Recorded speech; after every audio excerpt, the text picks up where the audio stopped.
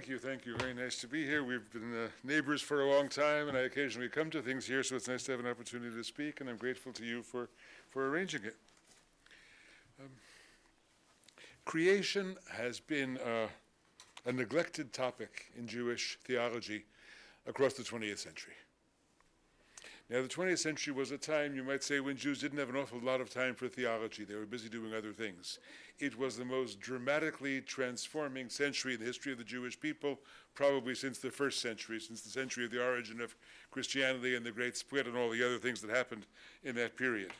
It is a century, of course, in which a third of the Jewish people were murdered, and much of that later part of the century was built on the recovery from that traumatic event, and therefore thinking an awful lot about national identity, peoplehood, the move to statehood, and all those things that happened that I don't have to talk about at any great length, especially not on Israel Independence Day. So it's very obvious. Chag Sameach to you.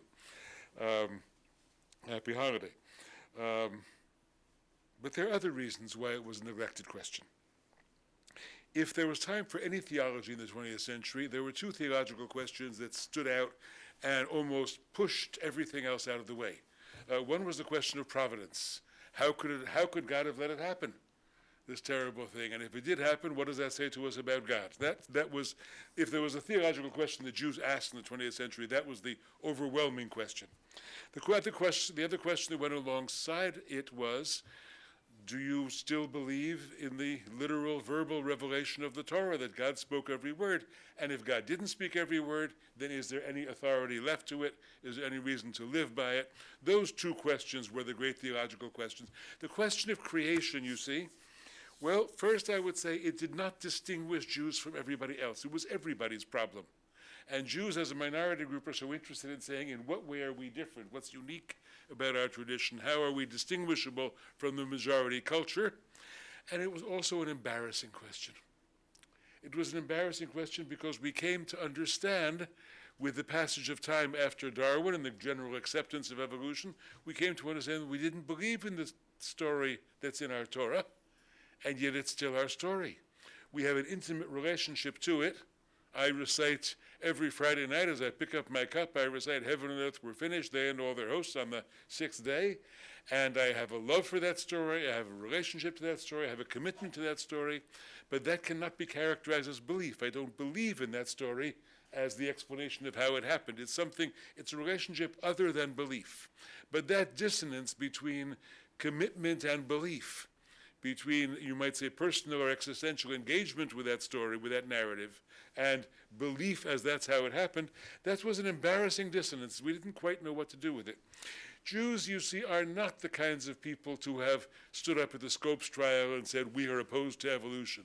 Jews, after all, see themselves as part of the educated community. We expect our children to go to medical school, after all. And so the idea that we stand up and oppose evolution is something that was not quite a social intellectual role that we wanted. And sometime in the 1960s, a famous ultra-Orthodox rabbi, the Lubavitcher Rebbe, the leader of the Chabad movement, got up and said, no, the world was created 5,762 years ago, whatever it was, and God put the fossils there to test our faith.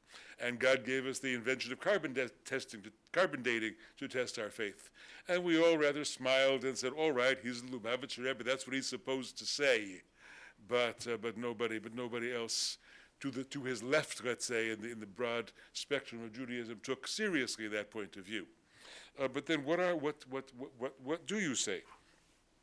So, well, that's right, because he, after all, had a Western education himself. And so he was sort of playing a role in some ways. That's what I have to say in my official role as Lubavitcher Rebbe. But come on, it was sort of like that. But then where are we? So it was a question best left aside. And so what happens was existential religion, which was really the main thrust of theology, I would say, in the post-war years. Heschel, Soloveitchik, the followers of Rosenzweig and interpreters of Rosenzweig, they could somehow bracket the creation question, because it's all about your personal engagement and your personal relationship with God and the tradition as a vehicle for your personal devotional life. And exactly what that has to do with the creation of the world was somehow something that seemingly could be left aside. Of course, that was not true for classical Jewish theology. Let me make that very clear. In the great classical Jewish theologies, revelation is the central question. You look at the two great theological edifices of medieval Judaism, Maimonides' Guide and the Zohar. Both of them are fully centered on the question of creation. Maimonides goes to great lengths to try to insist that the Aristotelians have not quite proven that matter cannot be created or destroyed. Because once you say there is no creation, matter is eternal, then both the possibility of miracle and the possibility of prophecy will fall by the wayside. He did say, should the best Aristotelians ever prove it, we would in fact have to reinterpret the Torah in order to go along with that proof, and that was one of Maimonides' most controversial statements. But for now, he insisted it has not been proven, and therefore we can still claim God as the author of creation, and therefore, since he could do the greater miracle of creating the world, he can do the lesser miracles of splitting the Red Sea or whatever the plagues of Egypt, whatever the other miracles are. And prophecy also somehow depended on the details of creation. The great mystical theology of medieval Judaism is that of the Zohar. And that is a work that's constantly about creation. On every page of the Zohar, the process of creation is being repeated. The divine energy flows from the endless mystery, from Ein Sof, down through the Sfirot, down through the various manifestations of the divine, unites couples, and then the lower worlds are born out of it. And everything in the Torah, everything in the teaching is about somehow a repetition of that process. So there is no classical Jewish theology without creation. I would say even when you go back to the rabbis, when you go back before the Middle Ages to the theology of the sages, it is very much about the one who spoke and created the world. The prayer book, which we have, is still the traditional Jewish prayer book, which was edited in probably the 8th or 9th century, but the text of which goes back to Talmudic times, to 4th or 5th century. You begin your evening service every evening with thanking God who makes evening happen. Every morning we say, blessed is God who spoke the world into being. The verbal creation, the idea that God speaks the world into being, is something that happens every day. Every day God as though speaks day and says evening, and evening happens. That the sense that the word underlies creation, that extreme nominalism, that sense that the real creation is the creation of the word and through the word, remains very much at the center of rabbinic Judaism. Of course, it remains, for the Christians will know that's the beginning of the Gospel of John as well. In the beginning was the Word. For us, of course, the Word doesn't become flesh, it remains Word. That Word is manifest as Torah rather than as Christ, but it is that's the same ancient tradition of the Word standing at the very center of creation. If you take one of the great, since I mentioned the Lubavitch Rebbe, if you take the work of Chabad, which is one of the most interesting mystical theologies in Judaism, it's an late 18th century theology. The second part of it begins by saying that what God actually created was only words. God created the word. When the God said, let there be light, the word light appeared. And the word light stands at the center of the cosmos, and the light itself is only a garment that covers the word light. But if we could really see through the garments and through the coverings and through the outer layers of being, we would see there exists nothing but the word of God, which is constantly reverberating through the universe and continues to underlie all of creation. So in the 20th century, as I say, that theology was more or less set aside. We didn't know what to do with it in the face of Darwin. And when I say Darwin, of course, I don't only mean the evolutionary biology, but I mean also the geology and the astrophysics and everything that goes with it. The age of the Earth, the sense that the world is 13 billion years old and not 5,000 years old, and everything that goes with that story. In the 21st century, I think this will change radically. That is to say, creation will come back and stand at the very center of theology. And it will stand at the center of theology because of the great task of religion in the 21st century, and this must have to do with your work. The most important thing religion will have to do, I believe, as this century proceeds, is help us change the way we live in relationship to the natural environment, or we will not survive. It's as simple as that. The world cannot go on with the kind of relationship we have to that which has produced us and that amid which we live. We have watched in our age, I think in the course of our lifetimes, the shift from the terrible fear of nuclear destruction to the greater fear of simply resource destruction, that there will not be enough air and water and soil and nutrients in this planet for us to go on. We are going to very radically have to change the way we live, and it will be a more radical change because of the gross irresponsibility of political leadership in the early part of the 21st century. We know what has to happen, and we don't seem to have the will to be able to do it. You on this campus are in the midst, of course, of a more than a conversation about fossil fuels. And when we see the influence of business interests and so on, and the incapacitation of political leadership, it's very clear that things are going to have to work in some way that goes beyond legislation. Because legislation from above is not going to do it. I think what will have to happen is a change in attitude, a change in the human heart, if you will. And only religion has the ability to affect the mythic structure of the way we understand what we are doing here and how we live in the world. So all the religions are going to be called upon to help make this shift. And that really will be at the center of what religion has to do in this century. So I think that we will have to go back to the question of creation and ask, what do we mean by talking about the world as a created world? But there's more than that. The question is, once we accept some version or other of the post-Darwinian narrative, the same way you could say once we accept biblical criticism, the question is what's left for us? What do we have to offer? I do not see the role of religion anymore as fighting a rearguard action against Darwin. Oh, they haven't proven this particular link or this particular thing is still up in the air, and therefore the whole thing is only a theory and we don't have to take it seriously. It seems to me that we are in the 21st century beyond those two great battles. Traditional religion fought both against Darwin and against biblical criticism fiercely across the 20th century, and traditional religion decisively lost both of those battles, and they are over. And the question is, how do we go on from here, and what do religious people still have to say? If God has nothing to do with the evolutionary process, with the way we got here, then God is essentially an idea. Then God essentially begins in the human mind, and we're talking about notions of God. So you can have a kind of neo-Kantian, God is important as a source of morals, as a source of heteronymous authority, or you can have what in Judaism is Mordechai Kaplan, and other places you would say it's process theology. God is the good in human beings that makes us act certain ways, but all of those are human notions of God. So I think you have to go back to evolution and say that we have to uncover its sacred dimension. We have to uncover it as a sacred story. And here I want you to ask you to forgive me. I'm going to read a little bit from the way I formulated this in my book, Radical Judaism, that came out a few years ago. This came out in 2010. Yale put it out. It was a series of lectures at Yale. I guess you could read Yale lectures at Harvard. I guess that's all right.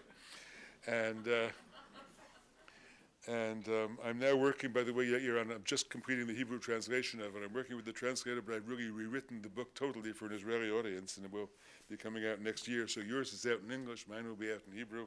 We'll be able to talk to each other. At the beginning of the first chapter, I want to read a couple of passages together, and then I'll talk about it. I open with a theological assertion. As a religious person, I believe that the evolution of species is the greatest sacred drama of all time. It is a tale, perhaps even the tale, in which the divine waits to be discovered. It dwarfs all the other narratives, memories, and images that so preoccupy the minds of religious traditions, including our own. There is a bigger story, infinitely bigger than all of our individual stories, and one we all share. How did we get here, we humans, and where are we going? For more than a century and a half, educated Westerners have understood that this is the tale of evolution. But we religious folk, the great tale-tellers of our respective traditions, have been guarded and cool toward this story, and have hesitated to make it our own. The time has come to embrace it and to uncover its sacred dimensions. I insist on the centrality of creation, but I do so from the position of one who is not quite a theist, as understood in the classical Western sense. I do not affirm a being or a mind that exists separately from the universe and acts upon it intelligently and willfully. This puts me quite far from contemporary creationists, or from what's usually understood as intelligent design. My theological position, in fact, is that of what I call a mystical panentheist. A panentheist, one who understands that God is throughout all of being, that all of being contains the divine self, but panentheism is distinct from pantheism, meaning that there is something mysterious in the totality of being that goes beyond individual beings. The oneness of being somehow becomes a transcendent oneness. Just one more passage. We would thus understand the entire course of evolution, from the simplest life forms millions of years ago to the great complexity of the human brain, still now only barely understood, and proceeding onward into the unknown future, to be a meaningful process. There is a one that is ever revealing itself to us within and beyond the great diversity of life. That one is being itself, the constant in the endlessly changing evolutionary parade. Viewed from our end of the process, viewed from the human end, the search that leads to the discovery of that one is the human quest for meaning. We seek meaning in the evolution of life. We seek meaning in this process of development. But turned around, seen from the perspective of the constantly evolving life energy, evolution can be seen as an ongoing process of revelation or self-manifestation. We discover, it reveals. It reveals, we discover. As the human mind advances from our point of view, understanding more of the structure, process, and history of the ever-evolving one, we are being given, from its point of view, ever greater insight into who we are and how we got here. This ongoing self-disclosure of the one is the result of a deep and mysterious inner drive. The force of being, directed from within, however imperfectly and stumblingly, to manifest itself ever more fully in more diverse, complex, and interesting ways. This has caused it to bring about, in the long and slow course of its evolution, the emergence of a mind that can reflect upon that process, articulate it, and strive toward a life of awareness that can fulfill its purpose. Well, if you read this, you will see that the words one and being are usually capitalized in those paragraphs. Which is to say, that's the one that I understand God to be. I don't like the English word God very much. In Hebrew, I use the proper name of God, Yud He Vav He, the four-letter name of God, the Tetragrammaton, which of course is an impossible conflation of the verb to be. Yud He Vav He is Haya Hoveh Yehyeh. It's that which was and is and will be, all put together in a form that doesn't quite make sense. You should better translate it was, is, will be than God. But that's a little awkward to say, though. But that's the sense that it has, and that means that I understand being itself as the divine, or the divine as the totality of being, the mysterious totality of being that somehow remains one. It is the one that was before whatever we call the Big Bang, the origin of this universe we're in, and it is the one that is maintained through and present in every fragment of rock that flew off, and every gas that blew, and every chemical element that made up the origins of life. That one was there in all of its manifestations. It is present in all, and it is that which unites them all, and it is the one that undergoes the process of evolution. It is there throughout the process. If it's there throughout the process, it must somehow allow that process to happen to it. It must somehow take on the forms. The Kabbalists, Jewish mystics, will speak about the process of creation really as a process of emanation. It's the flow of the one into the multiple forms of being that we're really talking about.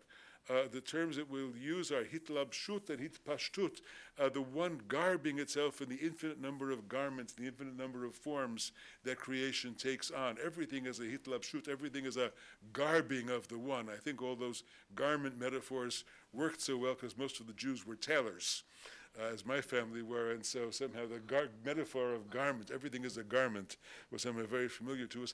But it's also the hitpashtut, the flowing presence, the flow of the one into multiplicity. Remember, of course, that for mystics, the question of the one and the many is a very central question.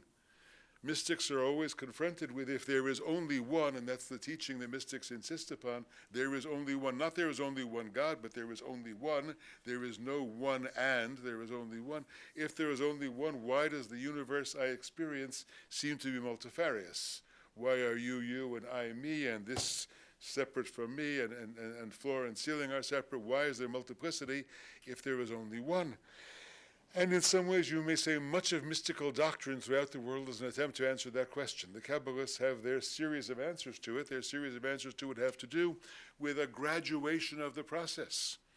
The mysterious one, the Ein Sof, the endless, that which can't be named at all, begins to manifest itself through a oneness that becomes 10. Through a oneness, if you use Arabic numerals, you could say to the one you only add a 0. And nothing changes when you add a 0, but yes, everything changes because the 1 becomes 10. Sometimes the Kabbalists talk about what they call Sod Ik, Sod Aleph, Yud, Kuf, which means to say the 1 manifests itself as 10, the 10 manifests itself as 100, the 100 manifests itself as 1,000, and in fact there's nothing there, there's no number there but the 1. In fact, the 1 is constant through all the ongoing multiplicity. So I've come to understand the evolutionary process in that kind of mystical notion of creation as emanation. The one flows into the multiplicity of being. Now, if the one flows into the multiplicity of being, it must somehow want. Can we use the word want, or is that too personifying? Is that too anthropomorphic? It must allow. There must be some kind of energy force within it that seeks out that multiplicity, that seeks out the variety, that somehow delights in the garments it puts on, if you will, since we're going to see spring in another week soon, with God's help, it's coming. Even in Boston, I was just in Baltimore for a few days, and everything's in blossom there. So I come back here and I see we are still being typical New Englanders, very cheap about allowing the blossoms to come out. But something is going to, some great miracle is going to happen here. I promise you in the next week or two, and that one somehow has to somehow delight in the process, allow for the process, move that process forward. And remain present throughout it. What do we religious people then have to offer in a post-Darwinian age? What we have to offer essentially is the sense of wonder, is the understanding that scientific narrative, which we are not about disputing, has to be seen through the eyes of wonder, through understanding that all of it is somehow has to be called more miracle than nature, even though we are not saying anything different happens between those two words. You understand? The natural is the miraculous. The natural is the supernatural. Because that's a different set of glasses. That's how you see. When you come to understand all of it or see all of it through the eyes of wonder, then you come to understand that the natural itself is the supernatural. We have a tradition in Judaism that talks about hidden miracles. Two kinds of miracles: revealed miracles, obvious miracles, God splitting the Red Sea and so on, grand miracles. But then there is something called Nes Nistar, the hidden miracle. And the hidden miracle comes to be, of course, the sense that the ordinary is the miraculous. Our liturgy talks about miracles that are with us every day, evening, morning, and afternoon.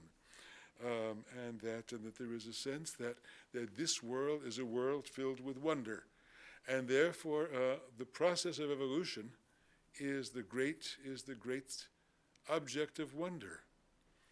You look at how we go from simple forms of life to the complex mysteries of the human mind. How did we get here? How did one-celled animals eventually have the nerve to come out of water and step onto dry land? And some of them learning to take root in that soil of dry land and become plants, and some others descended from that same one-celled animal source, developed the ability to walk around on that land and then take nourishment by eating those plants. There is something completely wondrous about it. How do we get to the relationship between bees and blossoms that live with each other, that need one another to live? How in each climate the the relationship between climate and flora and fauna and how they live with one another and how they engage with one another, there is just endless wonder in all this, and there is a way of seeing all of this as filled with, as brimming with divine presence. Not because it was all planned. I am not, again, this is not quite intelligent design. Oh yes, that proves therefore that somebody must have planned it. I'm not saying that, but I am saying that all of it attests to the presence of magnificence or the presence of wonder, and therefore what I call the presence of God or the presence of divinity within it. In a sense, what we have to offer, we religious people, is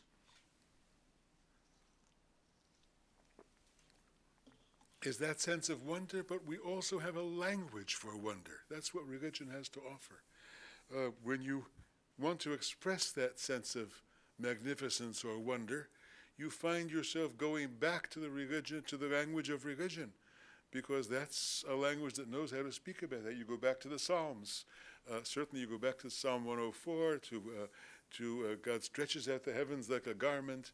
You go back to Psalm 148, that symphony of divine presence in heaven and earth and everything, singing God's praises, not as a literal believer, but as a person who understands that that's how you talk about this world, as filled with divine energy, as filled with divine presence. So we, in some ways, have a language that allows for that kind of consciousness. Is that a truth claim? Yes.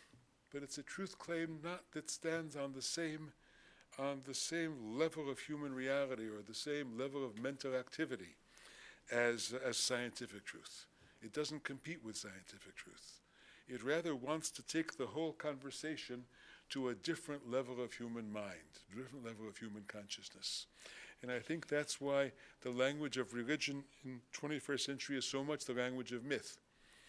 Because myth, as we know, takes us to a place in human consciousness, not unlike the place where great art or great music take us to a different resonance, to a different level of human mental activity, where we know a different truth. And so the old Jewish and also Christian and also Islamic medieval sense of multi-level truth. Different things can be true at the same time. A text can be read on more than one level, and all of those levels are true and legitimate. And therefore, a sense of approaching the universe with an openness to profundity, but not with a fundamentalist single truth, not with a fundamentalist single sense of there is true or false. A few years ago, the New Commentary magazine, which is now probably, a Jewish magazine, which has very much turned to the right politically in the last 20 years or so. They tried to run a symposium, repeating a symposium they had run in the 1950s called The Condition of Jewish Belief. In the 1950s, they had very interesting people speaking on it. About 10 years ago, they tried to rerun it. So they asked me if I would contribute to their symposium on the condition of Jewish belief. The first question was, do you believe in God? Yes or no?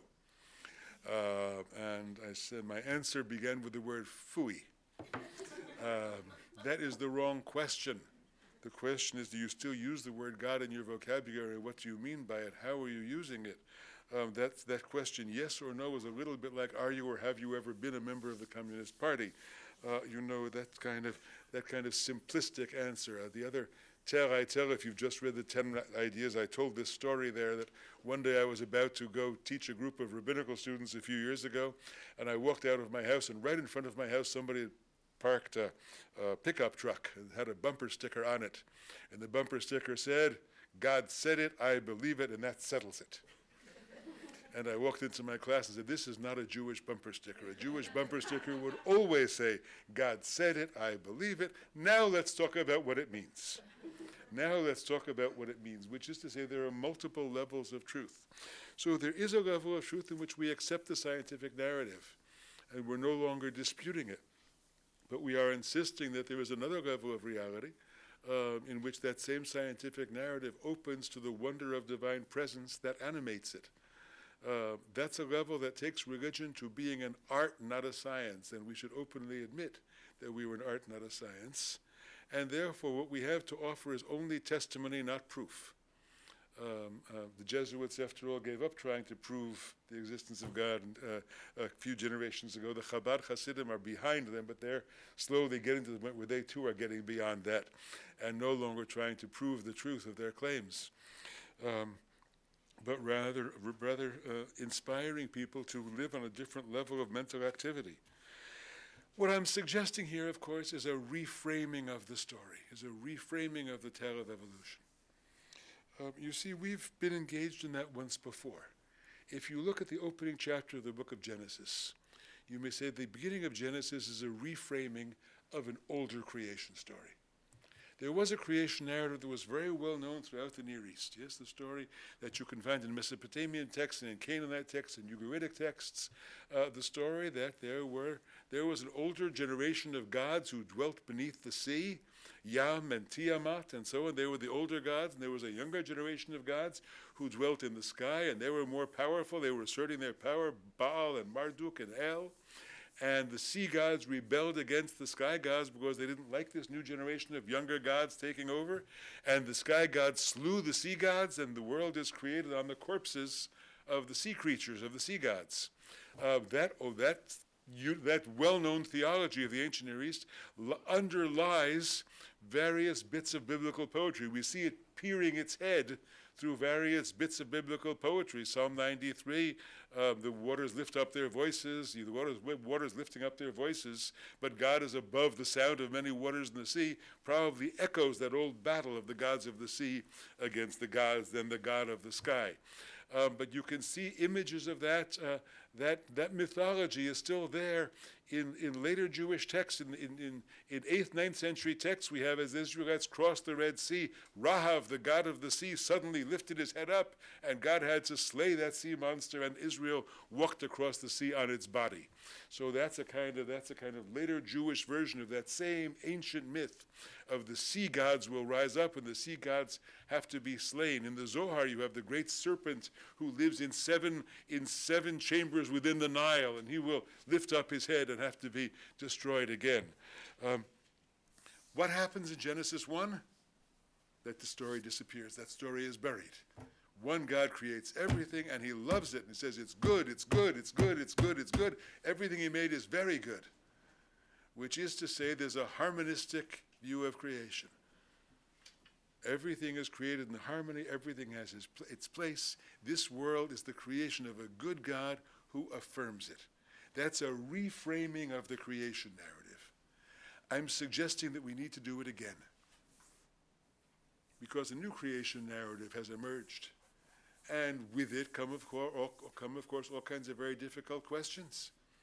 The struggle for survival. How did we get here? Because we were smart enough and powerful enough to eat our prey and outsmart our predators. This great heap of corpses, yes, the great evolutionary mound of corpses, all the species that weren't smart enough or quick enough to outrun their predators and therefore were destroyed. It's a very vicious story, the story of evolution. I'm not suggesting it didn't happen that way, but I'm suggesting a new set of glasses. I'm suggesting understanding it all somehow through this sense of eyes of wonder, through this sense of there is some divine energy that animates this process and that rejoices in this process, and that has to be in the death of the process as well as in the life of the process. And has to be present in it. Yes, we understand that it all happens by natural selection. We understand the only tool that this one has to evolve into the multiplicity of life is the tool of natural selection and evolution and mutation. Those tools are defined by science, but your Harvard colleague Stephen Jay Gould insisted that all of that must be without teleology. There must be no teleology, and it must be totally accidental, totally random. And there I think he is going from a scientific assertion into a philosophical or theological claim. I don't think you can say it has no teleology. I think it's unknown to us what all this is about. And I'm willing to say it's a mystery that yet remains beyond us. The mystery of how we got here, the mystery of what this process is. And to be able to name it as mystery and to see it with that sense of wonder is somehow to redeem it, is somehow to say, this is a process of which we stand in awe and of which we recognize that we're a part. Because I think that there is in each, once we have life in this process, once we have life, each living creature somehow is addressed by a wordless voice within it that tells it what it needs to do. Each living creature is told somehow, eat, thrive, survive, reproduce. Thrive, survive, reproduce. Find a mate. Find the most fertile mate you can if you're an animal. And reproduce through that, and then you're dismissed. Then you're dismissed. But you are being told somehow, the voice that we call instinct says to each of these creatures, thrive, survive, reproduce. Thrive, survive, reproduce. That's what you have to do. Once a creature emerges that has what we call the human mind, this infinitely more complex feature, then that same message, thrive, survive, reproduce, also says to us, make meaning. Find out why. Understand. Understand me. Understand me, the one that somehow is going through this process, who is present in you, who is of whom you are a manifestation. Understand this process. That's also an imperative. That's also an imperative that emerges. I believe the quest for meaning, in other words, comes from a very deep place within us and addresses us no more in words than thrive, survive, reproduce are words for animals. We too are addressed from within in some wordless process that says, make meaning, or if you want to, seek me. Or if you want to, the word with which Adam and Eve are addressed in the Garden of Eden, Ayeka, where are you? That divine voice that says, where are you? Figure out where you are, how you got here and where you're going, what this journey is about. I think that's all part of the divine voice that speaks within us and that calls out to us and to which all of religion is our response. To which all of religion is our response. Because if the one calls to us from within creation and says, find me, know me, be aware, we human beings are very busy creatures. We're very busy surviving, right? Catching our prey and outsmarting our predators and doing all the things we have to do in order to survive in this world.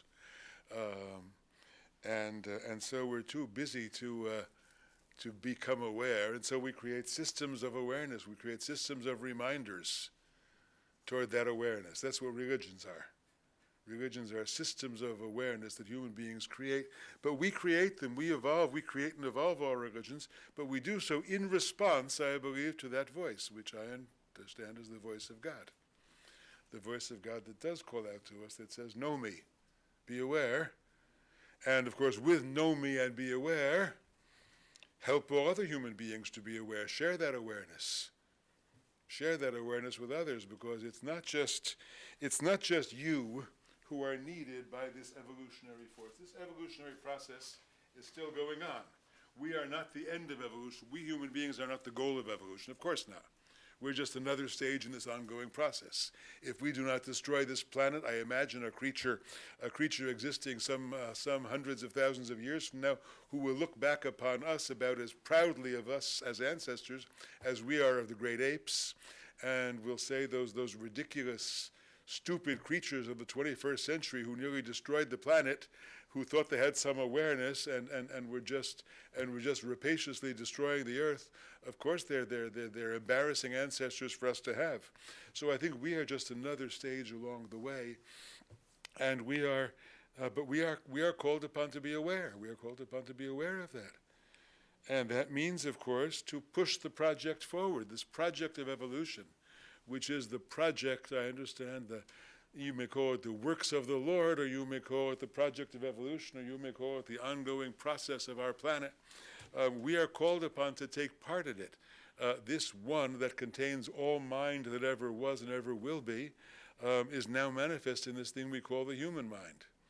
And the human mind is given us somehow to understand what this project is and to push this project forward. But we don't do that as individuals, we do that as societies.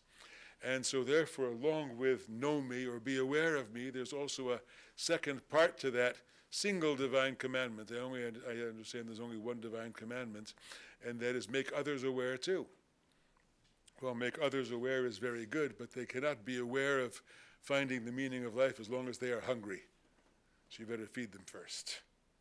And they can't be aware of finding the meaning of life as long as they don't have a place to live, so you better house them first, etc., etc.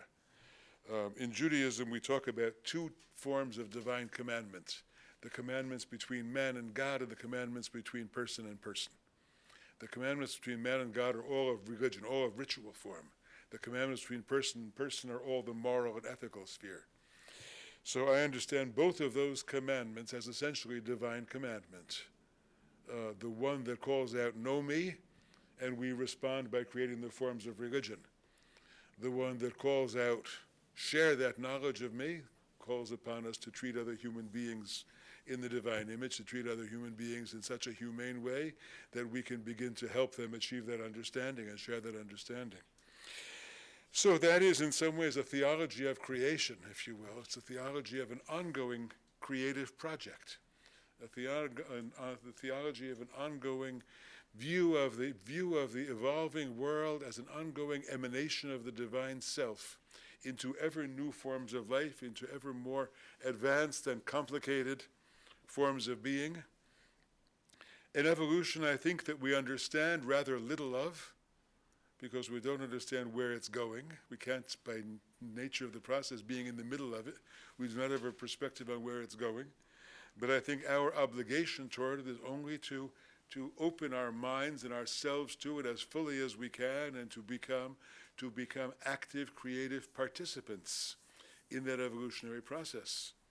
So as we hand down cultural traditions, as we hand knowledge from generation to generation, as we pass our legacy of wisdom from our grandparents to our grandchildren — I'm very much involved in that process right now — you in some ways are participating in the act of evolution. You are participating in the evolutionary process. You are somehow participating in the opening of the human mind to divinity, or the broadening of the divine mind as it's manifest in human beings. And that is the work we are called upon to do. So it is a theology of creation that's also a theology of obligation. It's never Judaism until you ask, what does this obligate me to do? We are very serious about the question of obligation and responsibility. And this is a theology of obligation. It is an obligation to know, to become more aware, to open ourselves to awareness, to share that awareness with others. But I think in the 21st century, it also becomes an obligation and awareness that calls upon us to act in a way that preserves this enterprise, because this entire enterprise, insofar as it's manifest on this particular planet, is very deeply threatened. It's very deeply threatened because we have acted with a lack of awareness. So if this increasing awareness, if this ongoing process of becoming aware doesn't lead us toward responsible action, then we have somehow missed the message. So the divine call, I think, is a divine call to human beings. It speaks in something other than language, and therefore it is not particular to any specific religious group or civilization or culture or people. But the responses we have, of course, are particularistic responses. We respond in the language of the particular tradition and the particular symbol system that we have created in order to do that work. But all of those, as I said, all of those are now called upon in this particular century to be used to open the human mind to that new and increased sense of responsibility. Thank you. I hope that gives us some food. I hope that gives us some food for thought and topic for conversation, because the more interesting part of this, I hope, will be the conversation that will ensue.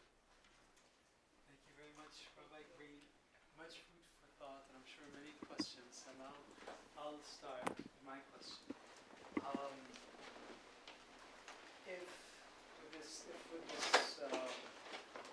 way of seeing creation and what religion will offer, we see that with regards to the natural world, religion can no longer offer reasons for nature's being. Maybe I'm wrong in that, but really can offer a sense of wonder. When non-religious peoples and institutions offer a sense of wonder, like Hollywood to just atheistic natural writers, what's left for religion then? What is unique to religion? Yes, well, let's talk about what religion is. I must have been 15 years old or so when I understood that the most religious people one encountered were not necessarily those who raised their voices and hands loudest and said, I believe in God. Sometimes those seemingly secular people were in fact deeply religious, and some of those people who were signed up for all the details of religious observance were not such religious people after all. If religion is about a certain consciousness and awareness of a deeper truth and a deeper presence. So I don't know that I want to divide the world between the religious people and the secular people. I don't think it's quite so simple. There is a psychiatrist out in Amherst who wrote a book recently called The Sense of Wonder, Paul Flashman. I had an interesting dialogue with him. He thinks of himself as a secular person, but he then discovered yoga and became a yoga teacher. And worth reading Paul Flashman, by name obviously Jewish in origin, but coming out of Indian religion and a great sense of wonder, but really a scientist and really talking from a scientific point of view about wonder. You read some of Einstein's essays and you see also there is a deeply religious sense about what science brings one to, the sense of wonder that science brings one to. Do you need the forms of religion in order to have this sense of wonder? No. Can you have it without religion? I think you can. Is religion a great vehicle for deepening, for an echo chamber, an ancient echo chamber, for making the responses more profound, and for sharing them with people across a wide culture? I think it is. I think religion is the great human invention for teaching this awareness and for preserving this awareness among people, if it's used properly. Religion, of course, also often gets involved in self-preservation and concerned with the details and concerned with the proper performance, in concern with surviving against other religions, mine is true and yours is false, and competition. Then religion becomes perverted. As we have seen in recent times, don't have to refer you to the New York Times of yesterday, today, or tomorrow to find that. Perversion of religion in all kinds of places, religion being used in horrifying ways. And all religions have that. But I think that religion remains a great tool, a great tool chest, if you will, for the cultivation of this kind of spiritual awareness in human societies and human beings. And we go forward with it. But if I read Walt Whitman, I say, yes, this is a great religious human being, a great religious soul. If I read Tagore, who is somehow disconnected from many of his Indian roots, although still has the influence of them, I say that's a great religious spirit. Religion is present, in other words, in that awareness is present in great poets across cultures, and it nevertheless is cultivated by the daily praxis of religion when it's understood as a tool for that cultivation. Please. Do you remember your first experience of wonder, whether it was something in the natural world or not? I come from Newark, New Jersey.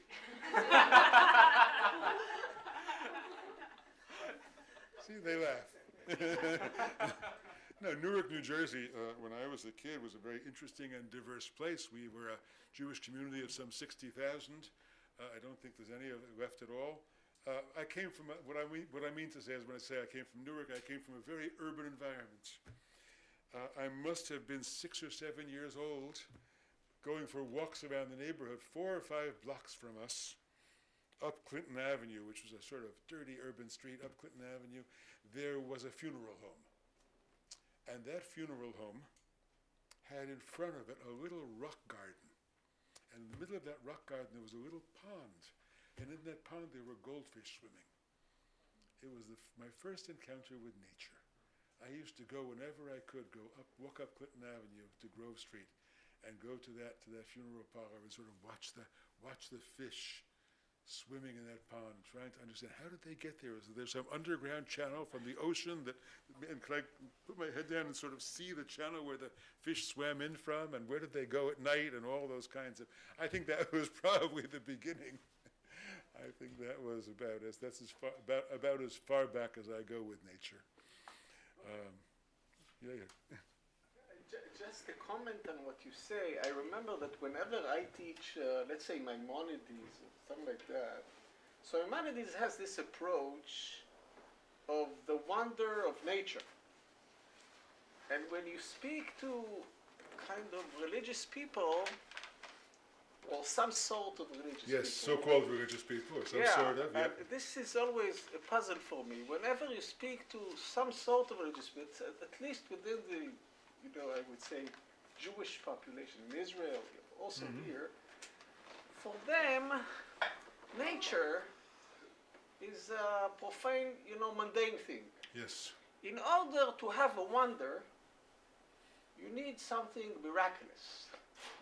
They haven't read if the it's Psalms. Not miraculous, let alone Maimonides, they haven't read the Psalms. You can't really have a wonder. And I tell them, look, look at the reality. Yeah. It's so wonderful, miracles are really boring compared Absolutely, to yes. reality. Yes. And I find it so hard, and it's a kind of such a process that they have to go through in order to understand that reality is something that you wonder about. Morality is something that you wonder about. And not something which is beyond, which is really as I say, it's not not only wonderful at all. It's not only they haven't read But Maimonides. this is just the... They haven't read the Psalms, which they mumble every day. Yeah, so the point is that sometimes people would come to you and tell you, the whole point of religion, from a certain point of view, is exposing you to just something which is beyond nature. And only this could create this kind of wonder. But just to go to the other way around, to convince them that the real wonder is what is really in front of you, which has to do with basic morality and basic nature, this is something which goes against, I would say, most of the education that people go through in, I would say, regular religions. And I think this is true both in Judaism and in Christianity, and I think that's true also about Islam today. I think that's true. And this specific point that you're making, this is a real revolution in terms of how to educate people on the, I would say, religious level. Just to convince them that the miraculous is here. It's nothing beyond. But they have it in their texts if they would open yes, their eyes to see them. I understand. It's so it weird. seems to me, you use an important word, and that is the word beyond. And I want to say that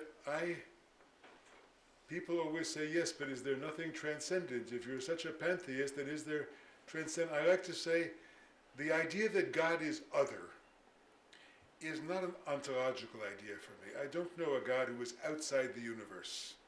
I don't know what outside the universe means in modern science. There is no other side. There is no beyond the universe. Transcendence, rather, is to be found inside immanence. Transcendence is to be found right here. God is present, or the one is present, in this place, in this moment, in such a deep way that I could never fathom it. And that's transcendence. It's not that transcendence means God is over there, outside, beyond the universe, making it happen from beyond. I don't know a beyond. But I know it beyond epistemologically, but not ontologically. So the otherness of God is an otherness of perception. It's not that God is other than the world, is a separate entity than the world. God isn't an entity. It seems to me that precisely that's what's being said in Exodus chapter 3, when Moses asks God, what are you? He says, Yud He Vav He. He gives him this name, is, was, will be. And then he says, if you try to capture me in a box, if you think I'm a noun, I'm going to conjugate myself and become a verb again. I will be as elusive as I will be. I am the elusiveness. It's not as though God is an entity over there outside the world. But that's sort of hard for the religious mind to conceive. So I think, yes, Nostra Aetate began with this wonderfully generous wanting to say, the Jews having such a refined notion of transcendence. That's the introductory proem almost to Nostra Aetate. The Jews having such a great sense of transcendence, which means to say, of course, because they don't know Christ, they really can't know immanence fully. I think that's the subtext of that. But there are Jews also who agree with that, who have a certain sense that, yes, it's all about a transcendent other.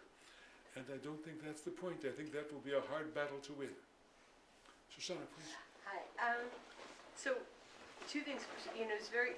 First of all, your talk is breathtaking and beautiful. What you have to say. I want to come from the perspective of someone who's a diehard Orthodox Jew.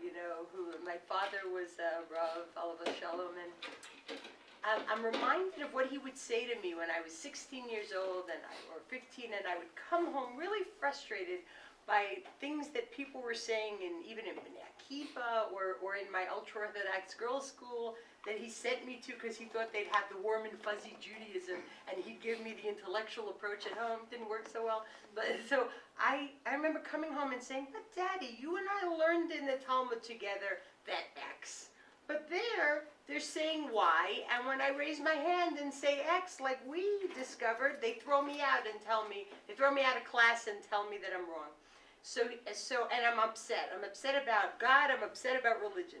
So my father would say to me again and again, he'd say, Razel, Razel, Razel. Who else is frustrated right now? God.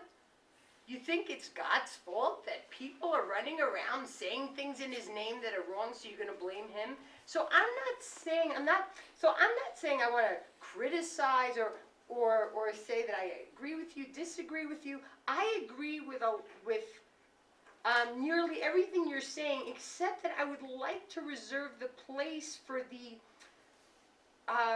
look, Orthodox is a silly word. When I was at Hebrew University, we used to say, are you a halachist? Orthodox became a dirty word because it was an attribution of it was a little bit among our intellectual friends. It was as if you were not being open to other things. I guess what I'm trying to say is and I speak. I'll give an example as an anecdote, and then maybe you'll understand. Tell me what you mean when you say Orthodox or preserve room for the halachist. I have lots of room for the halachist in terms of praxis. Oh, okay. The praxis, I say, is very helpful as a reminder system. But I'm saying it doesn't negate. I grew up surrounded by halachists or people who are Orthodox who I couldn't find their sense of God that you speak of. Well, the beauty was the missing, yes. the nature was missing, all that was missing. But it wasn't just my father and myself. There were plenty others, and there still are, who find God in science and who find God in the rituals, in the system, and in the systems of other religions. But from a halachistic framework, it doesn't have to negate it. And I wanted to point out, this one example, this ultra-Orthodox girls' high school that I went to. It's interesting that Yair mentioned Maimonides, and you're talking about science. I grew up that the Rambam, that Maimonides represented one of the highest levels of attaining union and closeness with God was knowing God's world, knowing nature, and that's what the Rambam spoke about, that to know God's world was to come close to knowing God. I said that in school. I made the mistake of saying that in this ultra-Orthodox girls' school. in a gymnasium of hundreds of girls and the principals and all the rabbis when they were talking about Hellenism, and they wanted the kids to raise their hand and talk about what are terrible signs of Hellenism in our age. You know, to be a Hellenist is to be anti-religious, right? It's the Darwinism of then. You were accused of Hellenism. So the other girls get up, they say, the girls dress fashionably, that's Hellenism. And then they said, there are people who know more names of scientists than names of rabbis. That's a sign of Hellenism. So I jump up and I say, wait a minute, but Maimonides says, I said, the Rambam says that the knowledge of science, that's the best way to become close to God, to know his world. So of course people should know names of scientists and learn science so that they can become close to God. So the principal says, we hear what you're thinking. You sit down, no one wants to hear what you have to say. Nobody believes this nonsense. The first step in the primrose path, I understand. So I walked out. So I said to everybody, that was when I left school, I said, you forgot that because of idol hatred, the temple was destroyed. And I walked out, and that's when I quit school, and I did it on my own. The reason I'm bringing this up is that since then and until today, I find many Orthodox Jews, halachists, who are committed to a rigorous religious practice that's very much in line with speaking a common language with other religions and with communion in nature and with, that there's, I feel like let's not give up yet on the system that can still work. I have no interest in giving up on anybody. Okay, good. I am a none of the above Jew. I'm a pretty traditionally observant Jew, but I'm a none of the above when it comes to Orthodox, conservative, reform. Yeah, labels are not right. I am a none of the above. If anything, I'm a neo-Hasidic Jew. Well, and neo-Hasidic because Hasidism tried to maintain the kind of religious consciousness I'm talking about, and the neo-Hasidic teachers of the early 20th century, I think, were very much in that spirit. So my real masters are Hillel Zeitlin, who died in the Warsaw Ghetto, famous sort of neo-Hasidic poet, and my teacher Heschel, who I had the great privilege of teaching. These are people who come out of the Hasidic tradition. Sure. And that Hasidic tradition was orthodox, quote unquote, in its attitude toward observance, but it understood that observance was a means to a greater end. Yes. When observance becomes an end in itself, then it becomes choking. Amen. My question will be a very simple one after this one. But so, if I understood you correctly, you mentioned that the word is the one that only remains, and everything else covers it. Can you say a little bit more about that? Yes, that's the kind of theology that you find in Judaism, in all the Western religions. But it probably began in Judaism. There was much debate about whether it was influenced by the Greeks or not, and generally now they would say no, it probably comes out of ancient Near Eastern wisdom traditions. The first thing God creates is wisdom, and then that wisdom comes to be identified with language, with the word. And so the word is the word that God speaks. Is always there. The word never disappears. The word takes on a kind of ontological status of its own. Remember that in the Torah, in the beginning of Genesis, God creates the world by speaking. God said, let there be light, and there was light. God speaks. The later Jewish legendary, semi-magical tradition sees God as sort of the cosmic Kabbalist jumbling the letters. He takes the letters, and out of the letters, he forms the words of speech. When the Israelites created the tabernacle in the wilderness, which was the first temple, it was said they knew how to do it because the person who built it knew the permutations of letters by which God created the world. So it was the permutations of letters. Now, what are letters? Letters are graphic representations of sounds. So this may mean sound, the sounds by which God spoke. The sounds have a power. You know, there's an interesting book I've been dipping into recently by Barbara Holdridge called Torah and Veda, about Indian religion and ancient Jewish religion. And both of them have that sense of divine word. It's an Indian religion too, but in Indian religion, it sort of became focused on the sound, and then sounds which become mantras, of course. And the sounds themselves are very important. In the Hebrew tradition, it was much more the meaning of the words and the interrelationship of words and the possibility of playing on words and so on that took so much form. But that somehow there is something about word or sound. Now, you go back, of course, and you say that mystics are looking, or seekers are looking for something ultimately primal, the primal experience in which God is to be found. And I would say the two basic senses, sight and sound, are both very much there. So that God is light and God is word, God is language, are really about as primal as you can get in terms of when people talk about what is a deep human experience. The deep human experience of hearing sound, the deep human experience of seeing light, and that God is present in those has a kind of primal edge of what religious experience is going to build on. Religious experience building on the most basic experiences of human perception. So I think in some ways it goes back to that. In the revelation at Sinai, which of course is the paradigm experience for Judaism, the Exodus 19:19 says, Moses spoke and God responded to him in sound.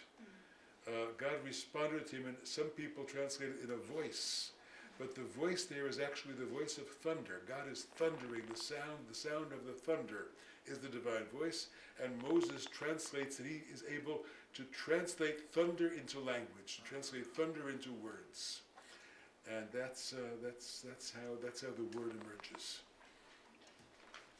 Please. There's a parallel to what you just said in what an MIT scientist did with his baby. With his own human baby. With his baby. He recorded all the sounds of all the baby's babble, and was able to, of course, speed it up so that you could cover a long period of time and hear it in a short. So these odd sounds that the baby makes, stimulated by the sounds the parents are making, eventually become a word. Now, we all know, those of us who are parents have all seen that happen. Right, but we forget it in our own experience. It's beyond our conscious memory, but we're drawn to it unconsciously, which leads me to this question.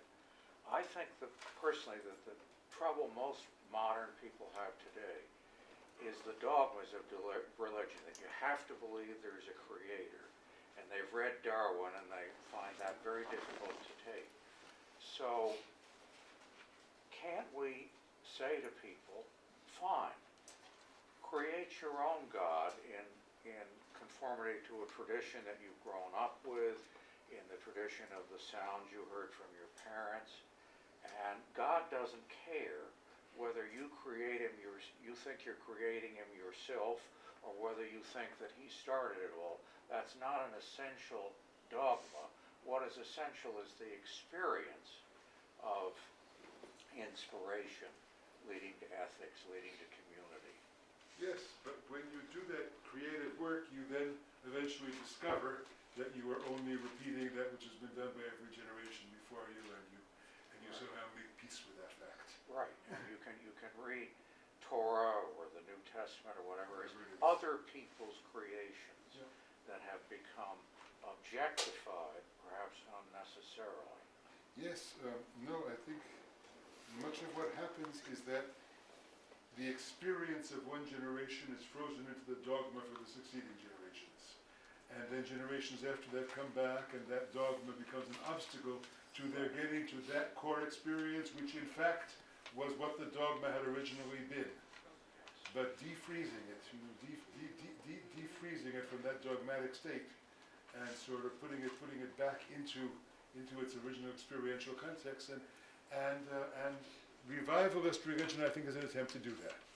Hasidism is a kind of revival movement within Judaism, and I think that's precisely what they're trying to do, to take things out of that frozen state and to reinsert the original life core that had been there in them. Yeah. Please, sir. Yeah, lecture. And from your lecture, I think that God created all things, but God is still creating all things. So that's evolution, which can be seen and researched and discovered by scientists, is a manifestation of the creation now. The ongoing process of Yeah, creation. ongoing. So the creation of God is an eternal process. Is an eternal process. Yeah, from the beginning to the uncertain future. So the law of God, the power of God are in all things. And the creative power of God are in all things. So that's why, and we can find a bridge between God's will, God's natural law, and evolution. Yes, I think we're not very far apart. The language is a little bit different. We would have to unpack exactly what we mean by God's will and what is the nature of will. But I think that for further conversation we could do that. Yeah. Please. Thank you so much for your talk. I have a question. Please correct me if I understood you incorrectly. You said that you do not adhere to the idea of an intelligent design. Is that correct? The way intelligent design is usually used. Yes. Yet you talked about the telos for the world and creation, and I wonder how the two could be compatible, because telos implies a design, to my knowledge at least. Interesting, yes.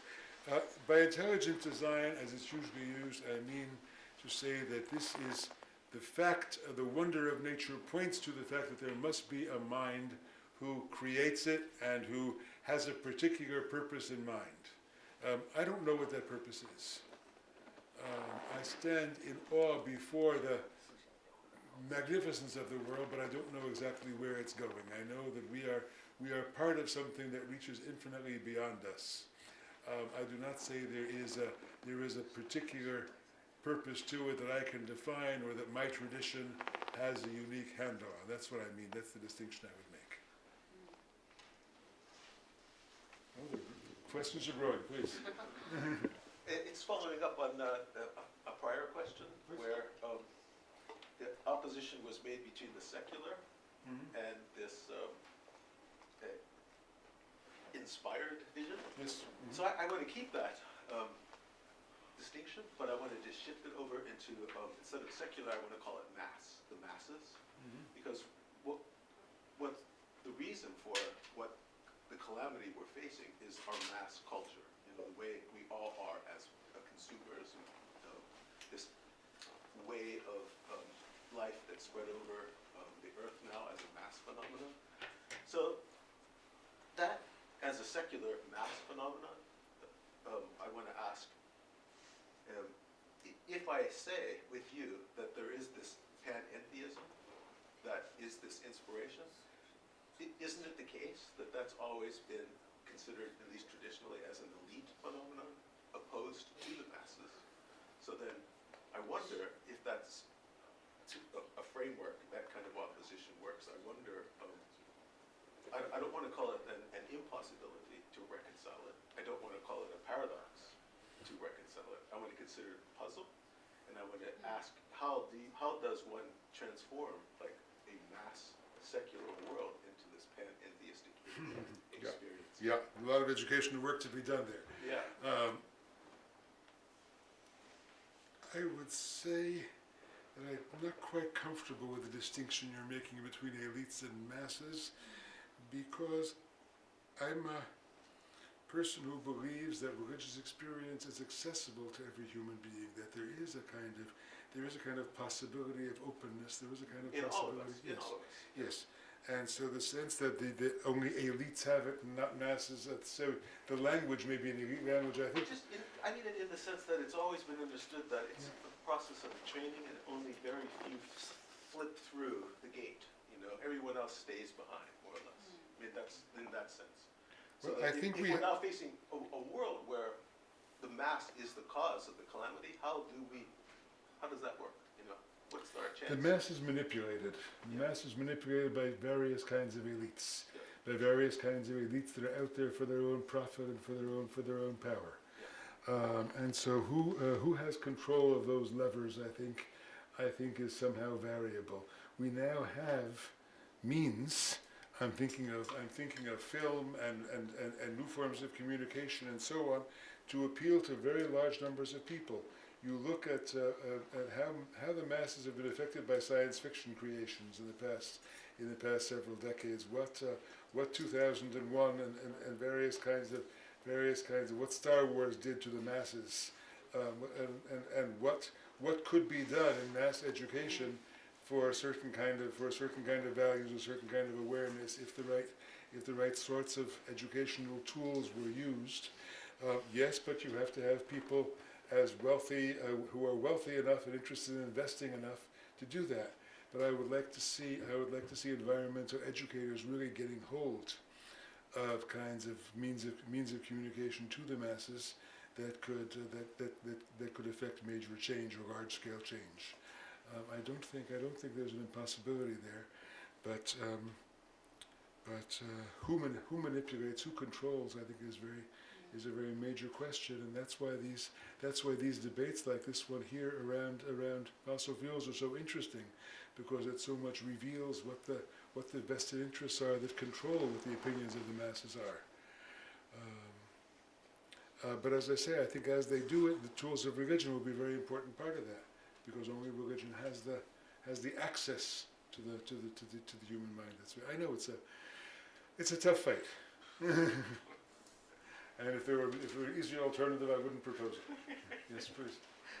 Thank you, Rabbi, for your presentation and more for your presence. It is a blessing to be with such vast and deeply humane erudition. So thank you for that. My question was anticipated by this gentleman with respect to babies and babbling. Mm-hmm. And my question is studded with presupposition and projection. As one grandparent to another, what have you learned about mysticism and creation from your grandchildren?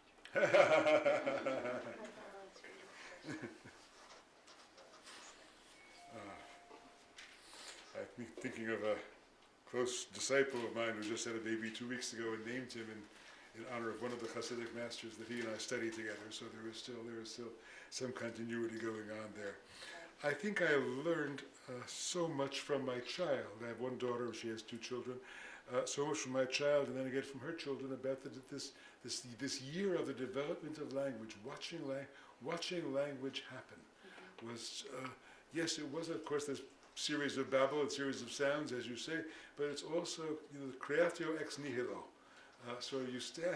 Where did it come from? Where did he get that phrase from? Where did she? How could she possibly have said that? And you just watch the wonder of how things that weren't there the day before are suddenly there, and then they are a permanent part of that person's vocabulary and the way of understanding and the way of speaking somehow. Which came first? Was that a channel of the mind, or was that an imitative act of speaking that then somehow is going to push the channel of the mind to follow the pattern of speech? So I'm watching it again. I have the younger grandchild is 4 and has most of language, but it's still happening. And so I watch that all the time. And of course, watching and helping to cultivate the sense of wonder. Right now it's happening in coloring books, but that's a good place for it. Please. To pick up on that, what will you tell your grandchild when a grandchild goes to Sunday school and comes back with the traditional creation stories? Well, that's very interesting. When the older grandchild was about 4, I said, all right, it's time to begin religious education. And I tried to get her some very advanced, very progressive Jewish books about God. So it's time to introduce God language. And I didn't like any of them. They were all sort of, as I stood in the bookstore reading them, and I mean, books that are well known that have won prizes for being progressive Jewish education, I was horrified and I just couldn't buy them. I just couldn't quite feed those to my grandchild. And so it's happening slowly. She's in Sunday school now, and she is learning it and picking things up. but I think at this point I wanted to learn behavior and watch behavior and what goes on at the grandparents' house around the Friday night table, and I wanted to see those things more than I wanted to develop the religious vocabulary. I would rather cultivate the sense of wonder and joy in her and let her later find the religious vocabulary.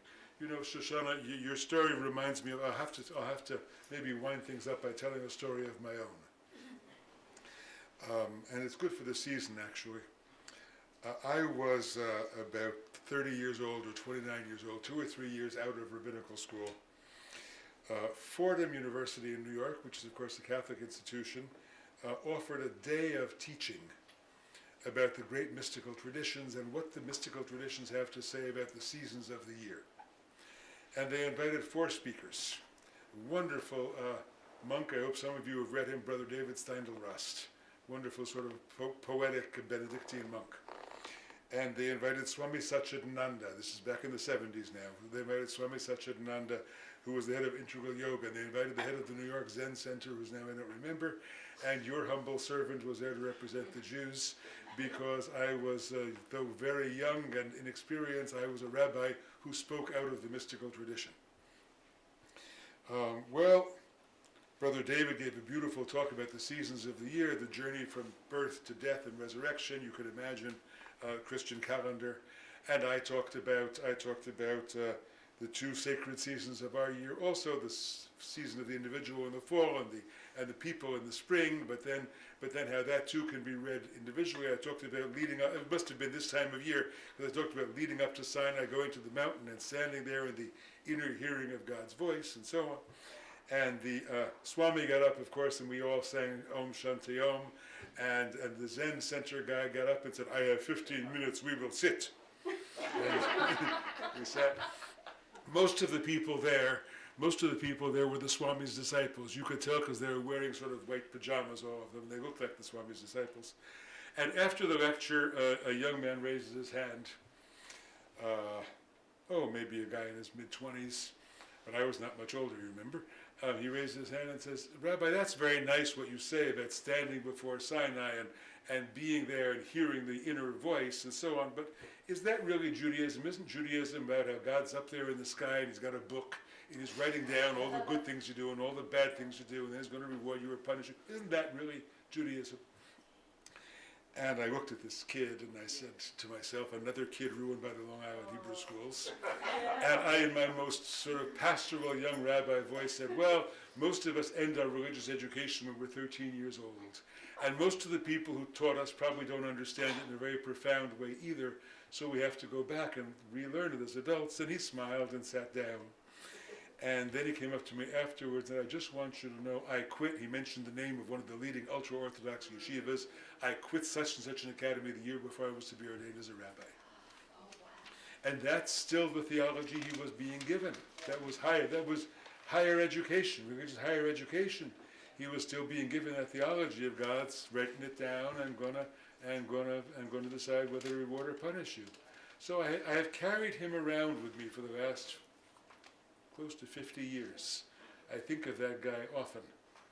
And well, I have no idea what happened to him afterwards, but I meet people who say, yes, don't you remember me? I attended a lecture of yours 50 years ago. So occasionally there, maybe he'll show up. Maybe he'll show up one day too. But that's we've got a lot of uphill work to do. Rabbi Green, thank you very much. Thank you all.